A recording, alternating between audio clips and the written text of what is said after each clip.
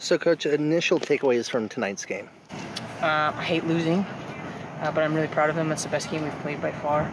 The most complete performance we've had, the best defensive organization. We made a few mistakes. We didn't capitalize on some of our opportunities, but the scoreline could definitely have been different for us. And that's the first sign of what we're going to become. And in another month, we'll be a much better team than we are now. What do you think of Marley coming off the bench and scoring that goal, and also some of the other bench players that you have? Our bench has been outstanding.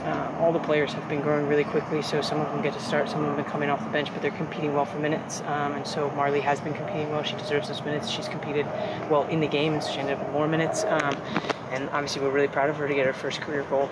But she's been training really well, and so she's, she earned that opportunity, and then she made the most of it. So we're very happy for her. What was the message at halftime? Obviously, you guys coming off 0-0. Kind of what do you have to tell them to motivate them, come on and try their best? Yeah, I mean, overall, we talked about how well we were playing, how we were putting together the things we've been working on in training, how we're starting to see signs of the team that we're becoming in a consistent way, not just little, spurts of it here and there.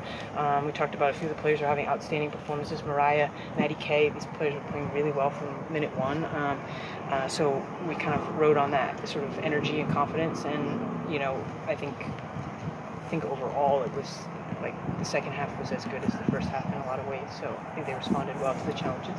Marley was mentioning Sabrina's defense and how it kept it at a 2-0, 2-1 game. Can you just talk about that, how her defense made an impact on the game? Yeah, Sabrina's a phenomenal defender.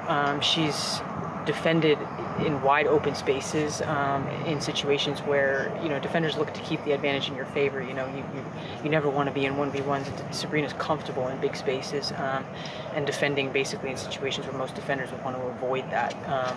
So hopefully as we continue to work on our organization, we're defending from positions of dominance and less where there's need for that kind of peak performance from an individual in the moment. But she handles those moments really well for us, and she's definitely a leader. Watching the shots, but attempts in that first half, and they seem to beat back a lot of that. Yeah, I mean, they're defending really well in situations near the goal. We'd like to keep the other team farther away from our goal, and that is more tactical stuff that we need to continue to improve on, but their actual quality of their defending, they're responding to, the moments where the other team breaks through or when passes are traveling and they're moving quickly and reading the play, that's getting better and better.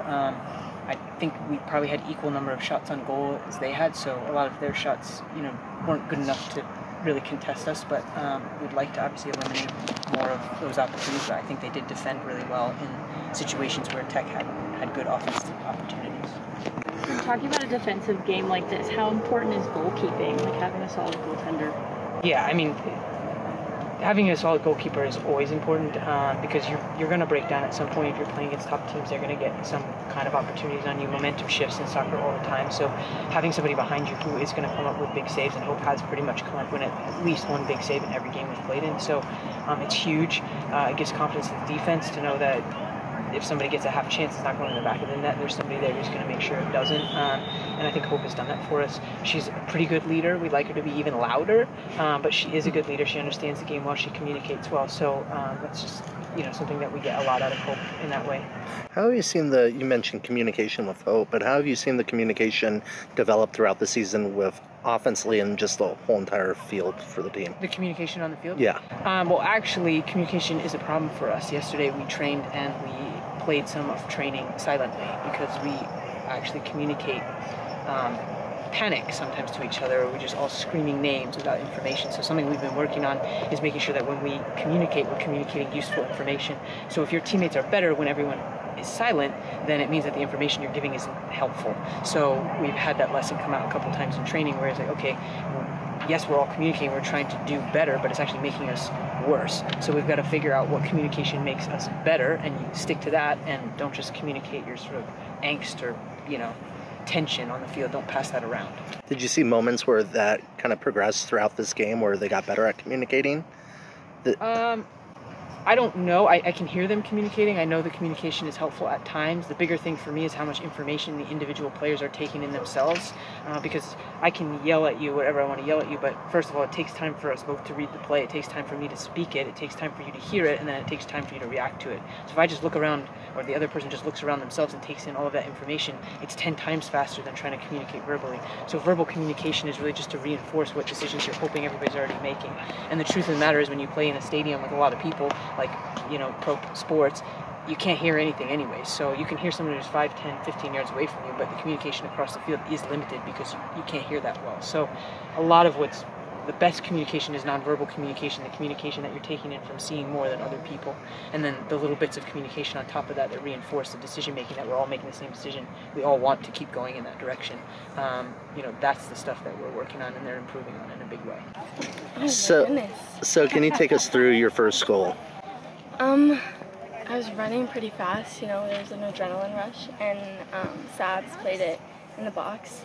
And I just remember I have to get there, so I stuck my foot out. And as soon as you know it was in the back of the net, and it was a very happy moment, very exciting. And I think that it brought the energy up with the team, and that's what I wanted to do. But I couldn't have done it without the build-up of the whole team, so it was awesome. How do you think that kind of, you guys, toward the end there, you're pushing, you had a couple chances. I mean, how do you think your goal kind of helps fuel that comeback? I think the goal was something our whole team needed to get our heads back in the game and the energy back up and the intensity. And I think it fueled that a little bit.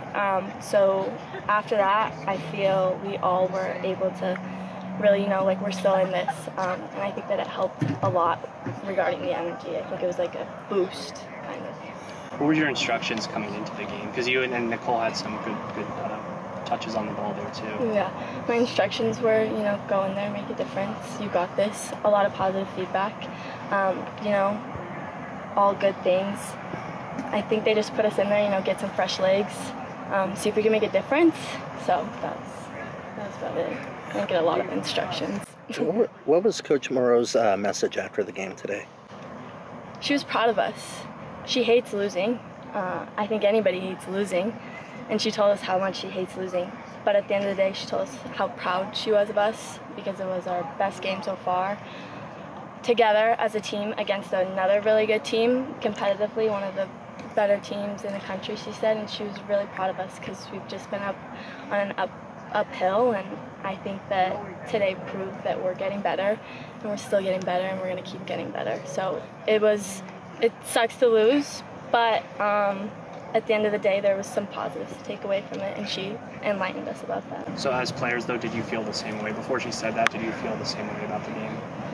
Honestly, my head hung a little low, you know, because it sucks to lose. We obviously really wanted to come out and win on our own field, keep it a winning field.